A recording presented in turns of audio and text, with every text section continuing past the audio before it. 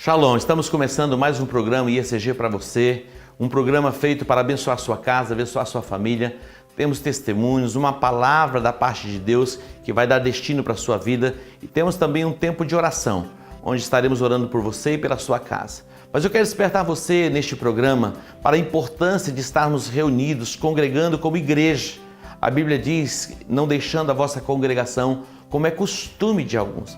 Algumas pessoas têm perdido o prazer de estar na casa de Deus, celebrando o nosso Deus em comunidade, em comunhão com seus irmãos. Mas este é um fundamento bíblico. Eu quero dizer para você, atente para isso. Fora do corpo não tem vida. E a igreja é um organismo vivo. Estamos conectados uns aos outros. Não temos como viver como ovelhas desgarradas sem pastor. Eu quero despertar você, já nesse início de programa, a se programar, a se agendar, a priorizar para estar conosco em uma das nossas reuniões. Eu sei que você tem sido abençoado assistindo o nosso programa, mas é muito importante você entender, compreender o valor de estar na igreja reunido com os irmãos. Nós temos uma programação semanal. Na quarta-feira nós temos à noite, às 19h30, no mês de janeiro, um tema Ele veio para libertar os cativos. A palavra é ministrada e nós temos oração com imposição de mãos, impondo as mãos sobre os enfermos, impondo as nossas mãos sobre os cativos. Eu tenho certeza que você vai sair da igreja liberto, cheio da presença do Espírito Santo. Temos também uma programação no sábado à tarde, para os adolescentes de 9 a 14, é 914, a nossa programação para os nossos adolescentes. E no sábado à noite, uma programação para a nossa juventude chamada Juventude Relevante, sábado às 19 horas. E no domingo nós temos 3 cultos, às 10 da manhã, às 17 horas e às 19 horas. Um louvor congregacional intenso buscando a face de Deus em adoração. Depois temos uma palavra vinda do trono de Deus para abençoar a sua vida, abençoar a sua semana e dar destino mesmo para a sua jornada e para a sua caminhada. E também temos um tempo de oração.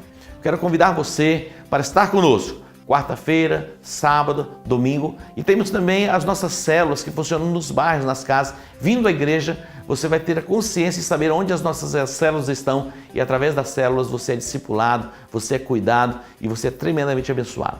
Continue conosco na nossa programação e ouça a palavra, participe dos louvores e no final nós estaremos orando por você. Deus que te abençoe.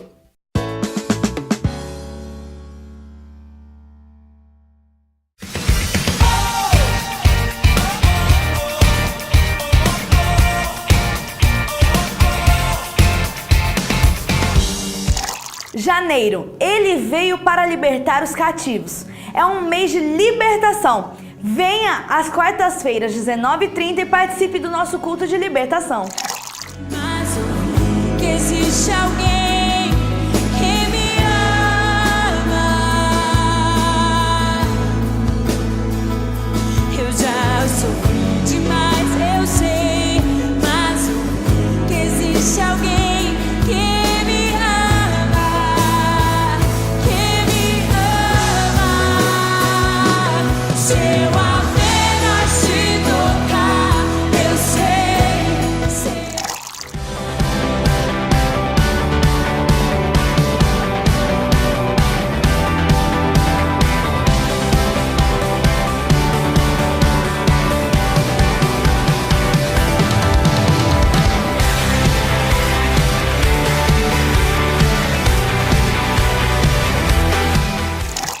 Há um lugar onde as pessoas não influenciam. Há um lugar onde eu ouço é o teu espírito. Há um lugar de vitória em meio à guerra.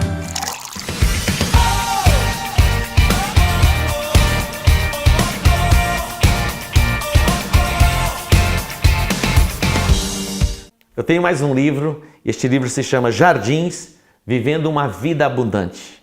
E eu escrevi este livro e é tão interessante a história do livro, porque quando eu vejo um jardim florido, lindo, maravilhoso, eu fico imaginando e pensando que tem muito investimento por trás daquilo. Algumas pessoas acham que um jardim lindo, maravilhoso e florido é fruto do acaso, mas não é fruto do acaso. E eu relaciono esses jardins, vivendo uma vida abundante, a sua alma é um jardim, é uma terra. O que você tem plantado neste jardim? Se você quer viver uma vida plena, uma vida abundante, plante sementes de amor, sementes de alegria, sementes de cordialidade. Aqui eu vou ensinar a vocês o caminho para que você possa viver uma vida abundante. E este caminho se chama Jesus.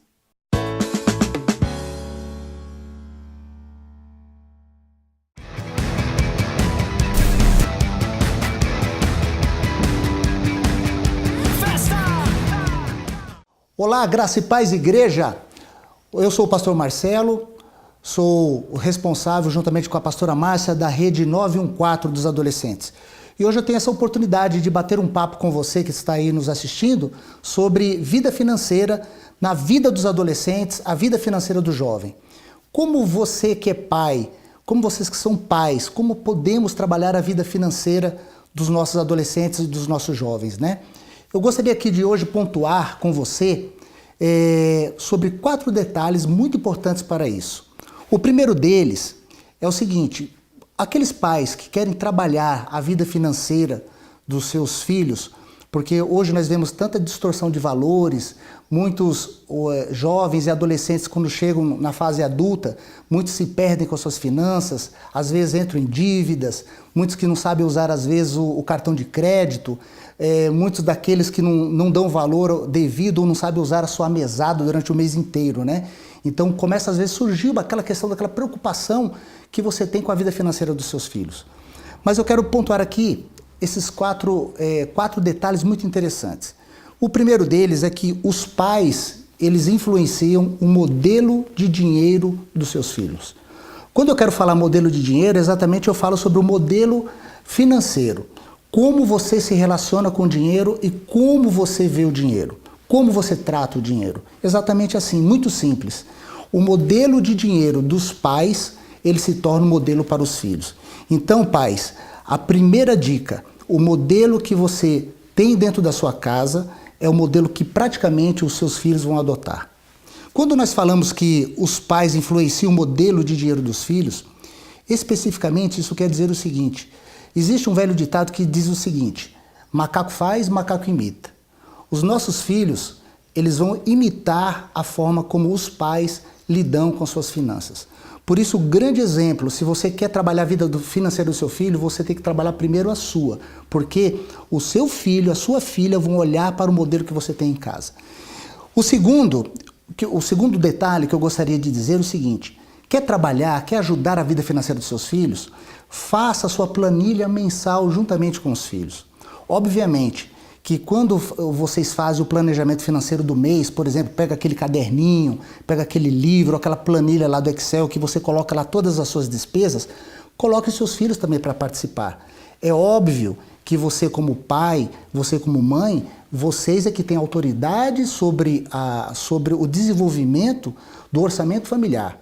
Mas é muito interessante quando os nossos filhos veem os pais organizando a sua planilha e eles também podem participar com ideias. O que você está fazendo com isso? Engajando o seu filho exatamente no controle financeiro que você tem na sua casa. O seu filho vai copiar você. O terceiro detalhe, você que tem essa preocupação de que o seu filho tenha uma vida financeira bem-sucedida, você tem que ter tempo de qualidade com o seu filho. Mas tempo de qualidade vai influenciar isso, pastor? Vai influenciar em muito. E eu não estou falando aqui do tempo de qualidade que você vai ter na praia, nas férias, lá na praça, levando seu filho para o cinema. Isso é tempo de qualidade. Mas eu quero te dizer uma coisa muito interessante.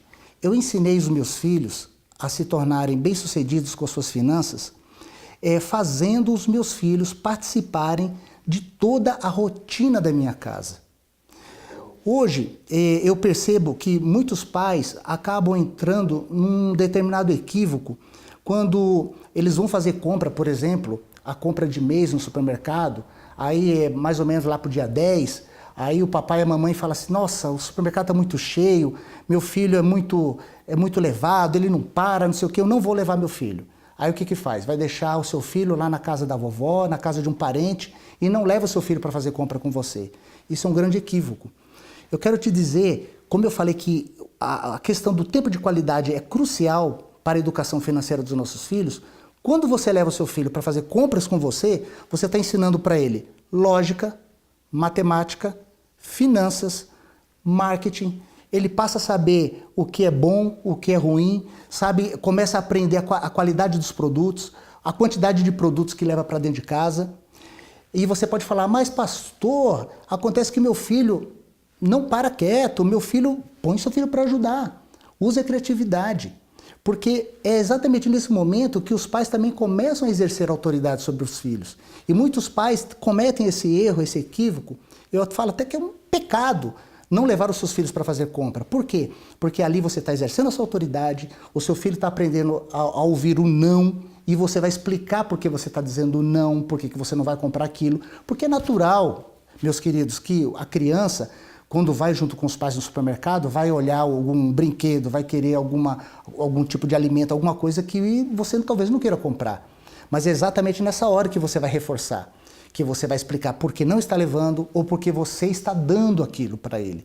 Então a criança, ela começa a associar a questão da sua autoridade, começa a se tornar um adulto que não vai ser frustrado futuramente quando ouvir não do mundo, e você está ali ensinando. Porque uma coisa muito bacana que aconteceu, os meus 2 filhos casaram já, e eu tive a alegria quando eles falaram assim, pai, eu vou lá fazer minha primeira compra de mês. Eles ainda eram noivos, né? E eu vi que eles não se perderam, soube fazer as compras, soube o que comprar, até ajudou as próprias esposas com o que deveria colocar dentro de casa em relação à quantidade, qualidade dos produtos, e hoje se tornaram adultos planejados. 4º item é incentivar os estudos e o empreendedorismo do seu filho. Pais, é muito importante os pais frequentarem as reuniões da escola dos filhos. Isso é incentivar nas finanças também, porque você está mostrando ali que você valoriza muito os estudos do seu filho. Porque quando você começa a associar o valor dos estudos, você também consegue associar o crescimento profissional, o crescimento financeiro do futuro adulto que vem aí, ok? E eu quero também dizer que muitos dos pais, às vezes, conseguem até identificar que você tem um empreendedor dentro da sua casa, que aquele jovem ele já tem aquelas características. Às vezes os pais eles estão muito preocupados em incentivar o filho quando ele é bom de jogar, ele é muito bom no futebol, quando ele é muito bom na questão das artes, quando o filho tem uma aptidão para música, por exemplo. Mas quando você descobre que você tem um filho empreendedor, aquela criança que começa a querer comprar, vender, aquele adolescente que já sonha, incentive, não matem, não frustrem um sonho de um adolescente, porque você pode ter aí no futuro, dentro da sua casa, um grande empreendedor e um grande empresário. Bom, queridos, eu tenho algo muito bacana para compartilhar com vocês também, uma experiência que foi muito bacana, muito prazerosa para mim e para a pastora Márcia. Quando os nossos filhos, já tendo entendimento do modelo de dinheiro, do controle da mesada deles, algo que nós fazíamos era muito interessante. Como, por exemplo, a maioria das pessoas no início do ano param para fazer o seu planejamento do ano inteiro. Nós fazíamos isso em casa. Nós nos reuníamos, eu, a pastora e os meus 2 filhos, e nós colocávamos numa revista ou num livrinho, eu tenho até hoje esse livro guardado, nós colocávamos lá os nossos objetivos e as nossas metas do ano. Então eu colocava a minha, a pastora colocava a dela, e os meninos colocavam as suas metas daquele ano de acordo com o que eles gostariam de fazer, na linguagem deles. Mas eu sempre incentivei fazendo o seguinte, vai fazer suas metas desse ano, comece pelas suas metas espirituais. Primeiro, faça suas metas espirituais. O que é sua meta espiritual? O quanto você vai ler da palavra, o quanto você vai ler de livros relacionados à palavra de Deus, o seu tempo de oração, as suas conquistas dentro do reino, a sua célula e as suas metas físicas, aquela que você vai cuidar do seu corpo, e as suas metas financeiras, aqueles objetivos que você quer, inclusive ligado aos seus estudos. Então eu sempre colocava essa ordem cronológica para os meus filhos. E quando chegava no começo do ano, nós colocávamos tudo isso num lugar só, e nós como família, nós orávamos juntos. E daí, quando tinha aqueles detalhes mais importantes, aquelas questões que eles estavam enfatizando, e que eu também estava enfatizando, eu colocava num papel separado e colocava na porta do meu guarda-roupa ou no espelho do banheiro. E durante o ano, Eu, a minha esposa e os meus filhos, nós íamos acompanhando tudo isso. Então eles cresceram com esses valores. Eu acho muito importante destacar isso para você, porque é um modo de você curtir os seus filhos, é um modo de nós ensinarmos a questão financeira para os nossos filhos. Por quê? Porque finanças depende de metas, objetivos, e nós temos que ensinar nossos filhos também a guardar dinheiro e a ter as suas conquistas. Muito obrigado e quero agradecer aí a atenção de vocês. Forte abraço, Shalom!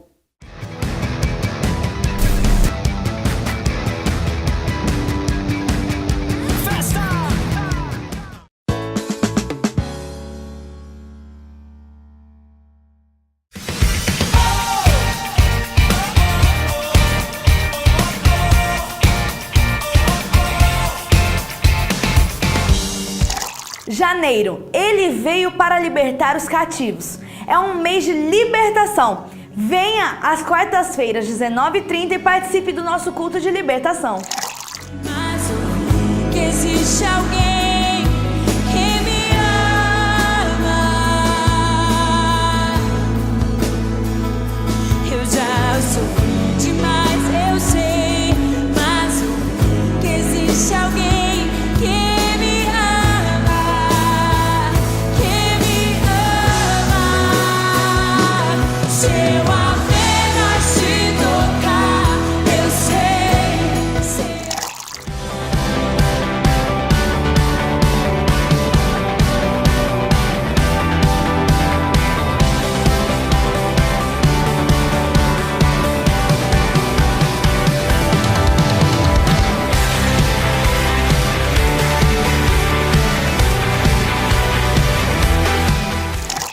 Há um lugar onde as pessoas não influenciam. Há um lugar onde eu ouço é o teu espírito. Há um lugar de vitória em meio à guerra.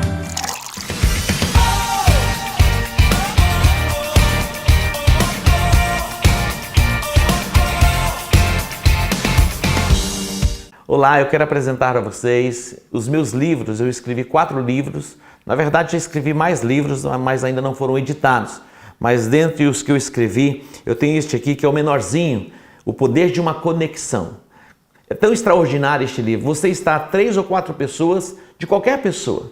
Outro dia, eu estava conversando com uma pessoa, ela precisava falar com uma outra pessoa e ela foi conectada à pessoa de imediato. Isso foi tão extraordinário. Eu vendo o testemunho do PG.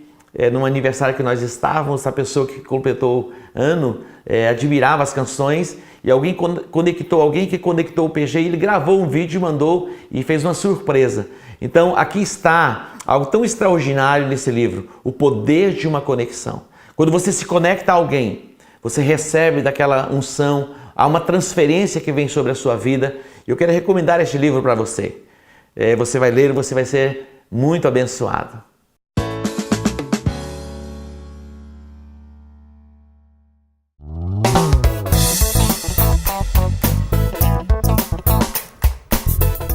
Nós somos os responsáveis, os líderes pelo berçário, né, pelo ECG Baby. E o berçário na igreja começou com a pastora Neuza Bueno, né? Até então ela não era pastora. Ela sentiu a necessidade de ter um cantinho para as crianças, para que os pais pudessem assistir o culto com tranquilidade. E ela começou a trabalhar, né, cuidar das crianças, né, com algumas voluntárias por um tempo. Né? E foi aumentando. Depois de um tempo que a pastora Neuza estava no berçário, né? Nós assumimos o berçário, né? Desde então. Tem aproximadamente 11 anos e meio que nós estamos na liderança ali dos bebês, né? E cuidamos deles, né? Quando a gente assumiu o berçário, a gente sentiu a necessidade de estarmos ministrando a palavra de Deus também para os bebês e as crianças do maternal, que eram 2 e 3 anos. Então, eu comecei a participar de simpósios da APEC, né, pesquisar na internet sobre materiais específicos para essa idade, porque era algo muito raro de se encontrar, material para essa idade tão pequena. Então, indo aos simpósios, eu descobri um material muito bom e comecei a usá-lo, né? A igreja adquiriu os materiais e a gente começou a usar. Na época, a equipe ainda era pequena, né? Tinham poucos bebês e poucas crianças pequenas. Mas mesmo assim, a gente começou a se especializar nesses materiais e a ministrar a palavra de Deus para essas crianças, para essa idade de bebês, né, que a gente trabalha de 5 meses até 3 anos. O IECG Baby, né, nós separamos lá em 2 salas, né, as crianças. Nós separamos de 5 meses a 2 anos em uma sala e de 2 anos até 3 anos, 3 e pouco em outra sala. As crianças, os bebês maiores, né, que fazem parte do maternal, nós ministramos também para eles, né? Não é um lugar, a sala, o IECG Baby, não é um lugar onde que os pais deixam as crianças e eles ficam lá brincando. Nós nos preocupamos em ministrar na vida deles, em inculcar a palavra na vida deles, né? Então eles também são ministrados, da mesma maneira que os pais são lá na igreja, dentro, né, do templo, eles também são ministrados lá, né? Nós temos professores, né, que nos ajudam. Nós trabalhamos com os bebês lá e nós trabalhamos com uma rotina, né, com eles dentro da sala, né? Nós temos o louvor, né? Nós ministramos a palavra a eles, né? Depois de ministrar a palavra a eles, a gente pinta, dá o desenho para eles pintarem, para poder eles inculcarem, né, aquilo que eles foram ministrados, né, o desenhinho, que é um desenho que eles depois levam para casa, mostram para os pais. Depois disso a gente dá um lanchinho para eles, que é o tempo certo para poder dar o tempo do culto, né, para poder finalizar o culto. Então a gente trabalha com uma rotina com eles dentro do berçário. Nós percebemos quando os pais chegam em casa, né, e eles veem os seus filhos em casa cantando as mesmas músicas que a gente ensinou no berçário, falando o versículo completo que a gente ensinou no berçário, né? O filho vai contando para o pai a história que a gente ensinou também no berçário. Então é gratificante a gente estar ali trabalhando nesse ministério, porque a gente vê realmente o fruto, né, do que a gente tem ensinado ali, do nosso esforço ali com os bebês. A gente vê que não é em vão, né, que realmente o bebê aprende o que a gente está ensinando, a criança pequena aprende tudo que a gente está passando ali no berçário para eles.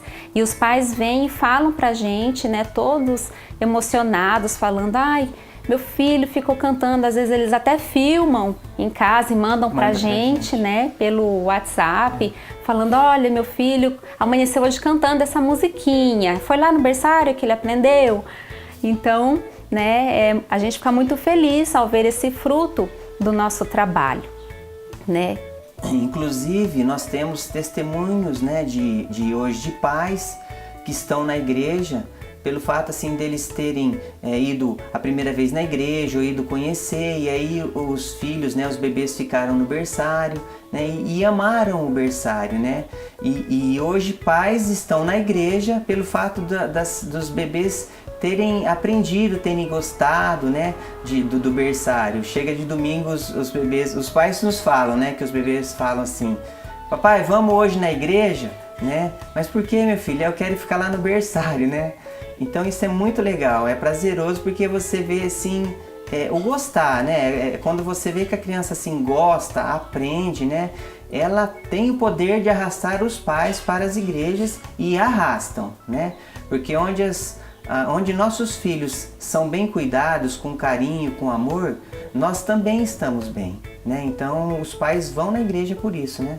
E você que está assistindo esse vídeo agora, né, que ainda não conhece a Igreja Evangélica em Campo Grande, venha nos fazer uma visita e traga o seu bebê junto com você, que nós temos ali uma estrutura apropriada para ele, auxiliares, monitores que estarão cuidando do seu bebê e ensinando a palavra de Deus também a ele.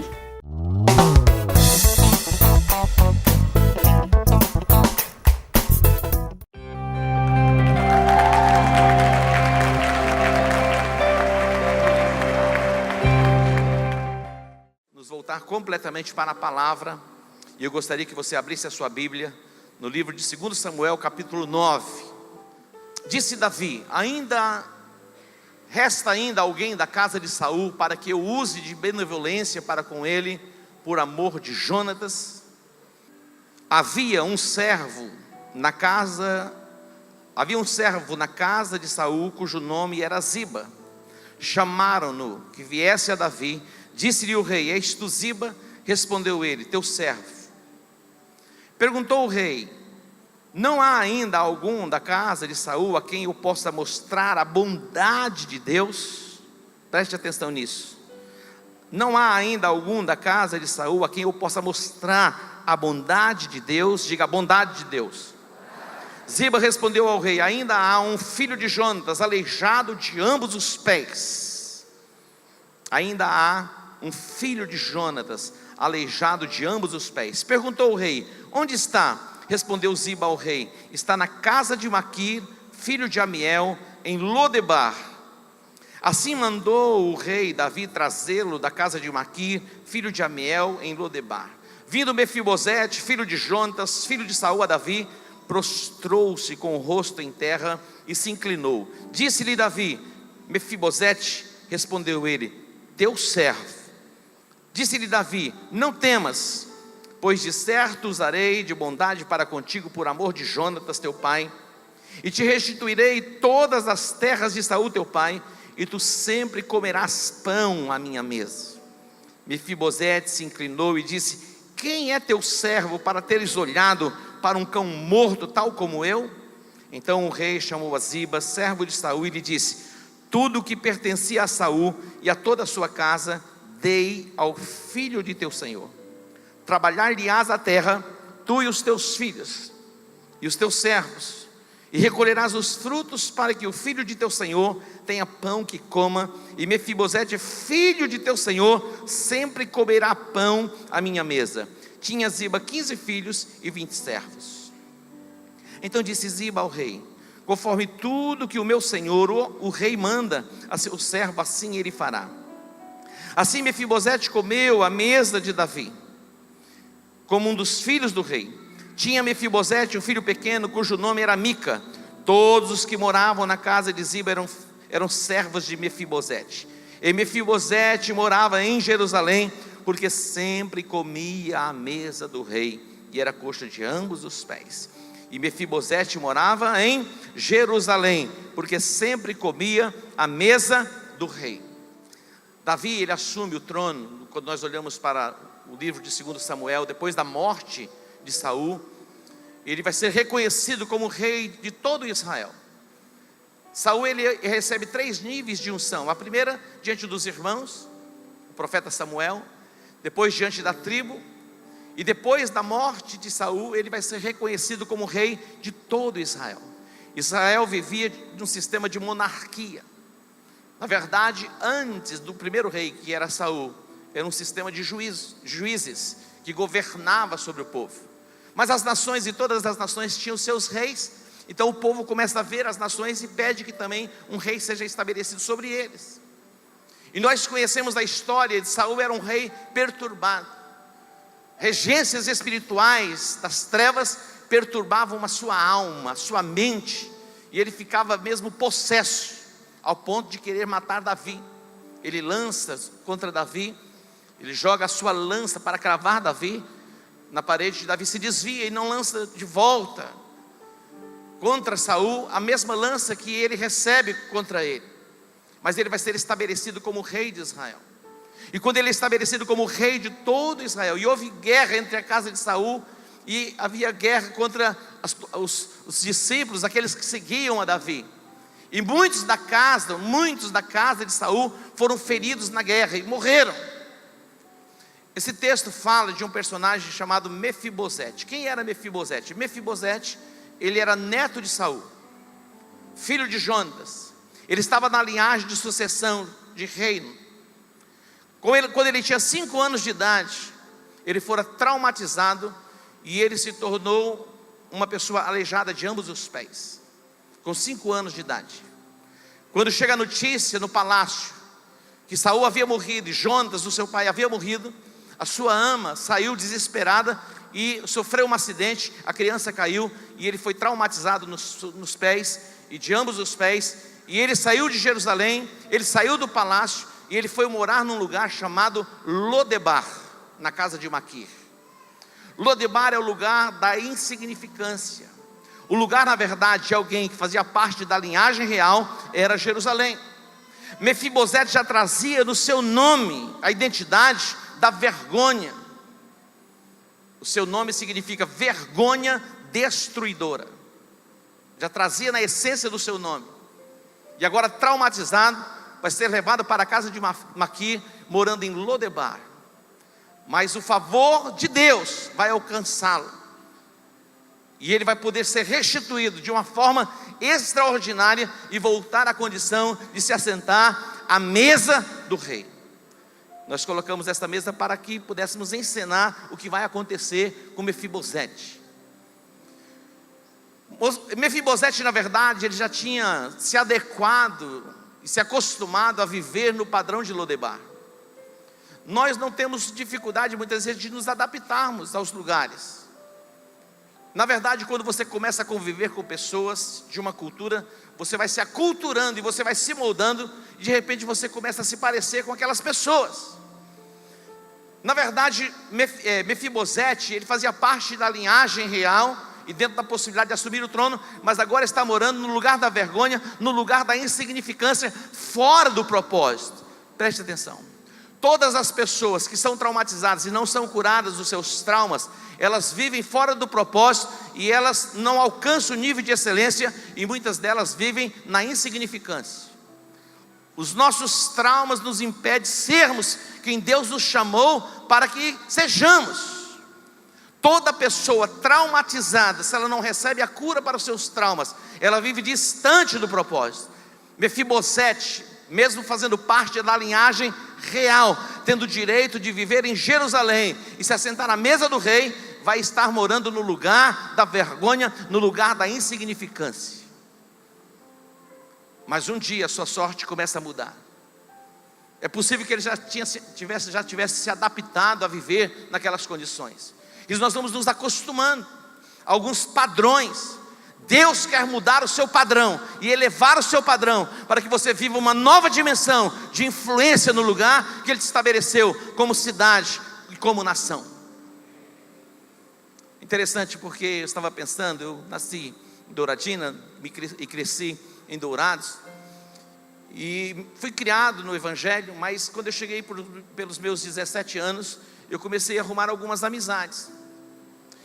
E eu os influenciava e eles também me influenciavam. E algumas coisas já não estavam dando tão certo assim. Meu pai percebeu e falou: vamos embora.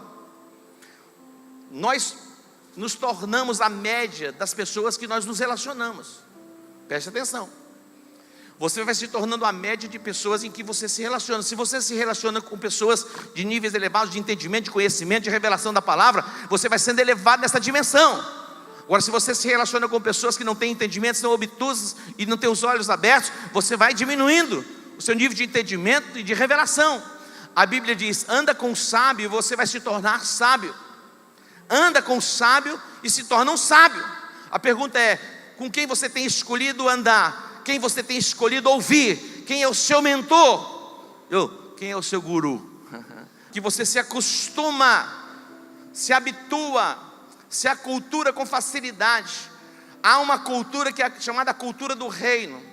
Na verdade, nós temos dificuldade quando se fala em monarquia, porque na nossa concepção a monarquia é alguém que explora os seus súditos e vive uma vida de privilégios. Mas a proposta do Pai em Cristo Jesus é que o reino de Deus seja estabelecido na terra.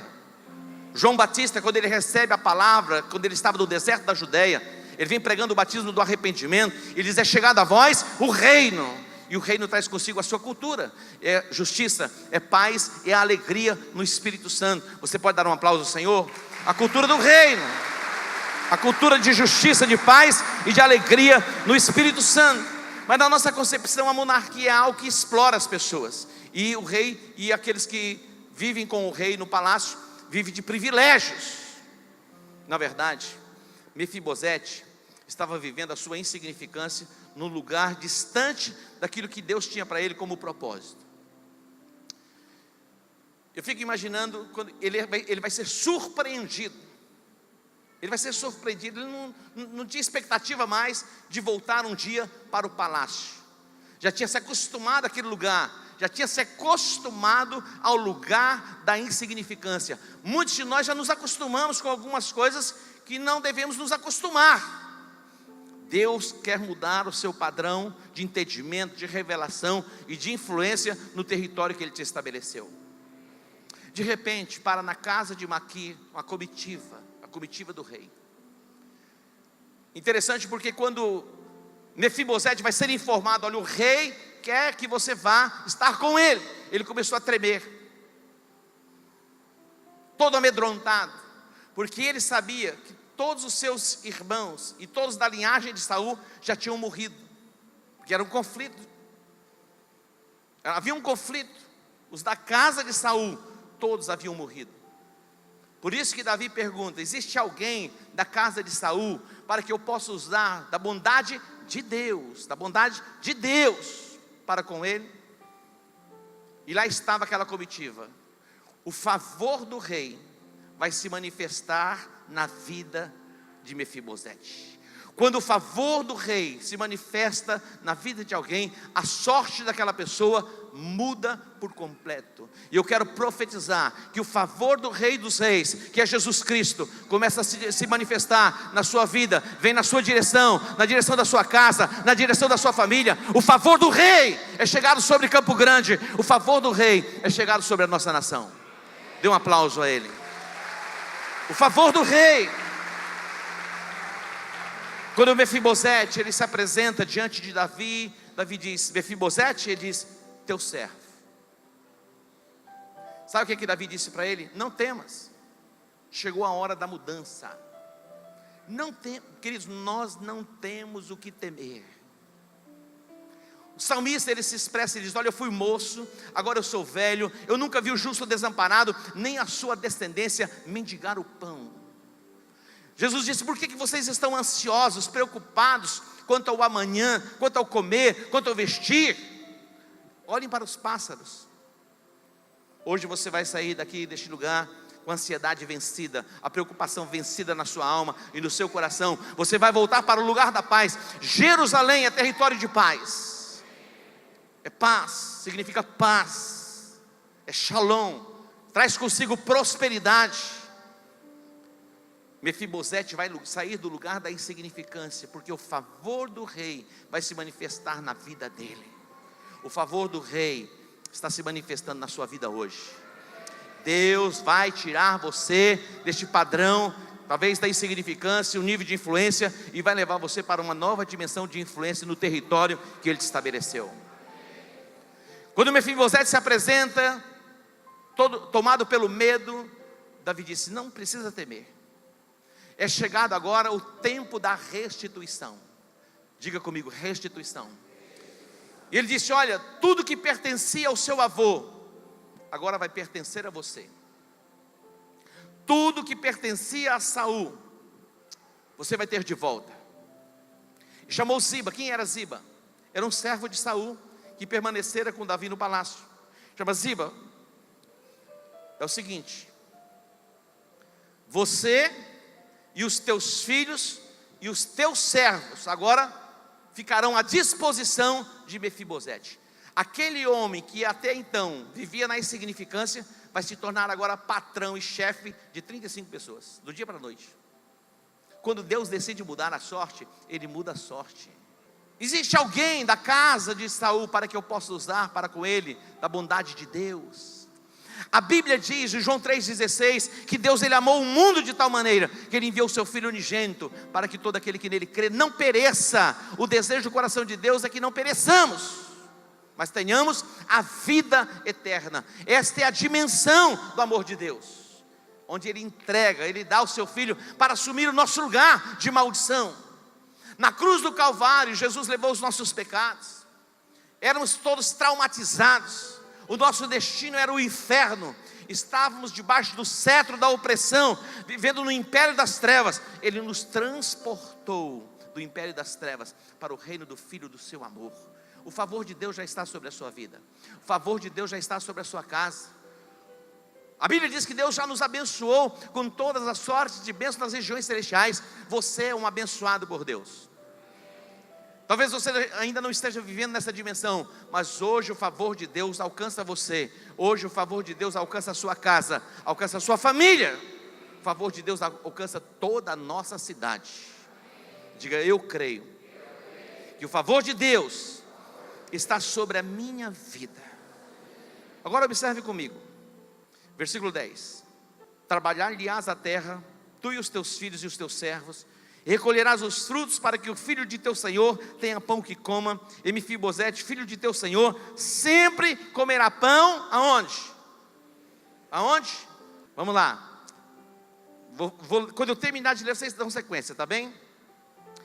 Cultivar-lhe-ás, pois, a terra, tu e os teus filhos, estão preparados? E teus servos, e recolherás os frutos para que o filho de teu senhor tenha pão para comer. Mas Mefibosete, filho de teu senhor, mais uma vez,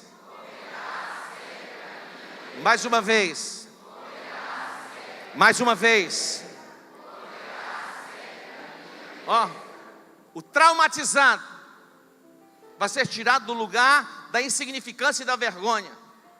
Volta não apenas para Jerusalém, agora está no palácio. E não vai estar apenas no palácio, vai se assentar à mesa do rei. Glória a Deus. Wellington, vem aqui, por favor. Moisés, vem aqui um pouquinho. Mas o que eu quero ilustrar aqui, quando você olha para esta mesa, chega mais um pouquinho para frente.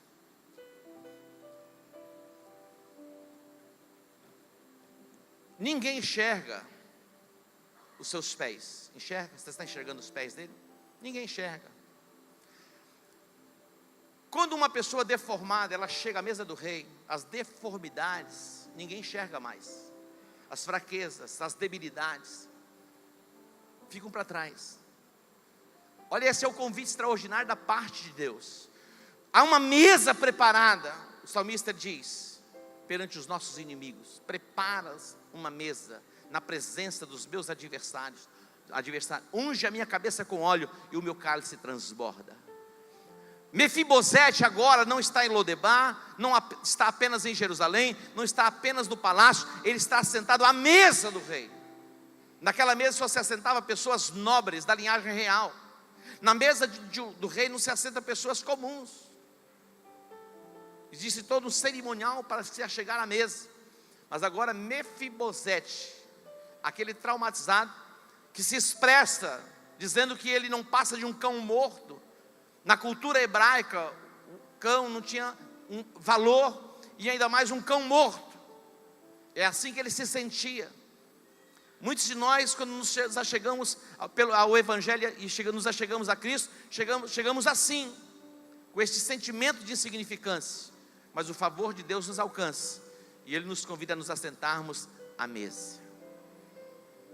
João Batista, ele diz: arrependei-vos, pois é chegado a vós o reino de Deus.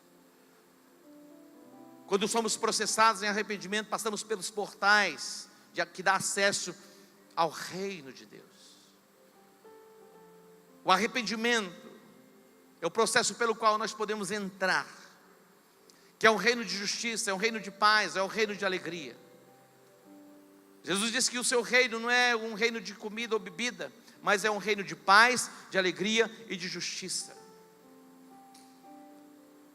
Eu gostaria que você abrisse a sua Bíblia comigo, Lucas capítulo 14, versículo 15. Lucas 14, 15. Diz assim, Lucas 14, 15. Ouvindo isto, um dos que estavam com ele à mesa, quem estava à mesa? Jesus. E um dos que estavam à mesa disse-lhe: bem-aventurado o que comer pão no reino de Deus. Aí Jesus fala uma parábola e ele diz: certo homem deu uma grande ceia e convidou a muitos. Certo homem deu uma grande ceia, diga grande ceia. E convidou quantos? A muitos. Próximo versículo. E à hora da ceia mandou o seu servo dizer aos convidados: vinde, porque tudo já está preparado. Olha um convite: vinde, tudo está preparado, a mesa está posta, vinde, há banquete e alimento para todos. Mas todos a uma começaram a escusar-se. Disse-lhe o primeiro: olha a desculpa, comprei um campo e preciso ir vê-lo, logo rogo-te que me deis por escusado. Imagina, a ceia era à noite. Quem vai comprar campo e ver campo à noite? Se vê campo durante o dia. Mas ele dá uma desculpa. Próximo. Outro disse: comprei 5 juntas de bois e vou experimentá-los, rogo-te que me deis por escusado. Próximo. Ainda o outro disse: casei-me, portanto não posso ir. Preste atenção. Algumas pessoas, elas jejuam, elas oram e elas clamam porque elas desejam casar. E algumas, quando casam, dão uma pausa para Deus ou em Deus. E algumas outras, elas casam e passam o tempo, elas oram e pedem um filho. E quando o filho chega, agora eu vou dar uma pausa porque eu preciso cuidar do meu filho. Seja intenso em todo o tempo no seu relacionamento com Deus e jamais despreze a sua chamada em Deus. E o Deus que tudo vê e tudo recompensa, te recompensará. Diga amém. Desculpas.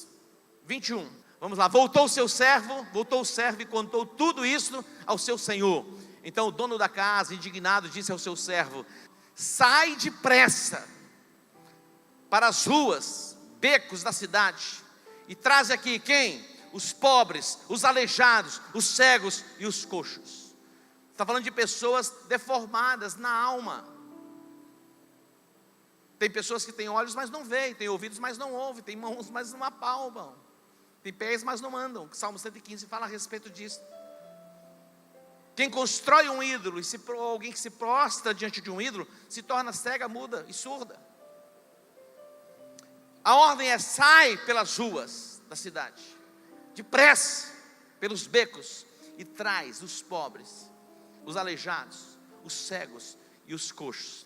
22 expressa o desejo do coração dele. Diz: depois disse o servo: Senhor, feito está como ordenaste, e ainda há lugar. Diga: ainda há lugar. Diga para a pessoa que está perto de você: ainda há lugar. Diga: ainda há lugar. O desejo do coração de Deus é que a sua casa esteja cheia. A coisa mais terrível do mundo é você fazer uma festa, convidar pessoas e as pessoas não vêm à festa. Imagina, você faz uma festa para 20 pessoas, chega na festa e não tem ninguém. Você vai ficar feliz, né? Imagina, você prepara uma festa para 100, para 200, para 300, para 400, 500 pessoas, de repente não vai ninguém. Você prepara o casamento da sua filha, você convida pessoas especiais, de repente as pessoas não vêm. É constrangedor. As pessoas negligenciaram e rejeitaram, e ele disse: então sai pelas ruas, pelos becos da cidade. E aí diz: depois disse o servo: Senhor, feito está como ordenaste, ainda há lugar. Diga: ainda há lugar. Dá mexidinha com o seu irmão: ainda há lugar, meu irmão. Ainda há lugar. 23, força-os a entrar. Essa palavra é anacaso. Nós estudamos muito a respeito disso. E nós vamos ter no ano que vem um seminário chamado anacaso. Obriga-os a entrar. Ainda tem lugar no reino. Ainda tem lugar à mesa. A mesa é farta. A mesa é o lugar da restituição. A mesa é o lugar onde as debilidades, as fragilidades não aparecem mais, desaparecem.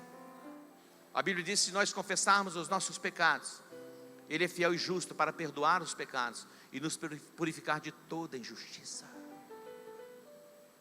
Tem acesso para você ao trono. Satanás vai querer prender você lá em Lodebar e deixar você paralisado lá, vivendo os seus traumas, as suas fobias. Satanás quer resistir para que você não deixe aquele lugar e volte para Jerusalém, entre no palácio e se assente à mesa. Hoje o favor de Deus está chegando à sua vida. Hoje o favor de Deus está chegando à sua casa. E quando o favor de Deus chega, a tua sorte muda. A tua sorte muda. É possível que Mefibosete já não tivesse mais nem expectativa de mudança. É possível. Já tivesse acostumado àquela cultura e àquele lugar insignificante. o lugar do opróbrio, o lugar da vergonha, o lugar da dor. Mas o nosso Deus é tão extraordinário que Ele desperta corações. Escute bem. Quem foi enviado para buscar Mefibosete da casa de Maquir de Lodebar para Jerusalém foi um homem chamado Ziba. Todos nós fomos traumatizados. Trazemos uma herança de traumas. Desde Adão, todos que nasceram de Adão nasceram traumatizados, separados e distantes do propósito. Todas as pessoas que nasceram de Adão nasceram separadas do propósito. Agora, o plano do Pai está em Cristo Jesus. Jesus, Ele foi enviado para a terra, para trazer você de volta para a casa do Pai. Jesus, quando Ele morreu, Ele ressuscitou. Ele diz, olha, ficai em Jerusalém, eu vou enviar o Espírito Santo, Ele vai estar com vocês todos os dias, até a consumação dos séculos. Primeiro o Pai envia Jesus, depois Jesus envia o Espírito Santo, e hoje o Espírito de Deus está aqui falando com você. O Pai quer você de volta à presença dEle, e na presença dEle você vai se assentar à mesa, e não haverá pessoas que poderão ver as suas deformidades e debilidades. Tudo vai ficar para trás. Diga, tudo vai ficar para trás. Tudo vai se fazer novo. As coisas velhas vão ficando para trás e tudo se faz novo.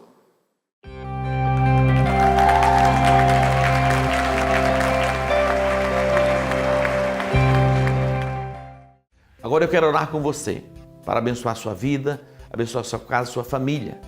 No Brasil temos tantas pessoas desempregadas, mais de 12 milhões de pessoas. Imagina isso, pais angustiados. Mas a Bíblia diz que o nosso Deus, Ele abre portas, e a porta que Ele abre ninguém fecha. Deus vai estabelecer conexões para que você seja conectado e você possa desenvolver a sua atividade profissional, e na sua atividade profissional você pode prosperar. Nós cremos num Deus que prospera. Vamos orar por isso?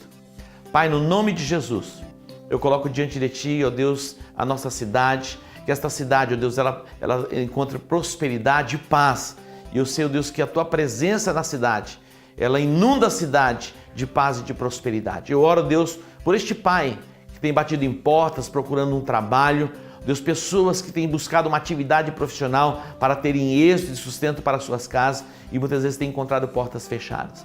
Pai, o meu clamor nesta hora, para que portas se abram. Eu declaro isso no nome de Jesus, portas se abram. Deus, e pessoas sejam conectadas ao trabalho, desenvolvendo atividades profissionais para gerar riqueza. Pai, que a Tua mão de poder envolva esta família, trazendo cura, restauração e libertação plena. Eu oro já te agradecendo no nome de Jesus. Diga amém, amém e amém. Deus que te abençoe. Shalom.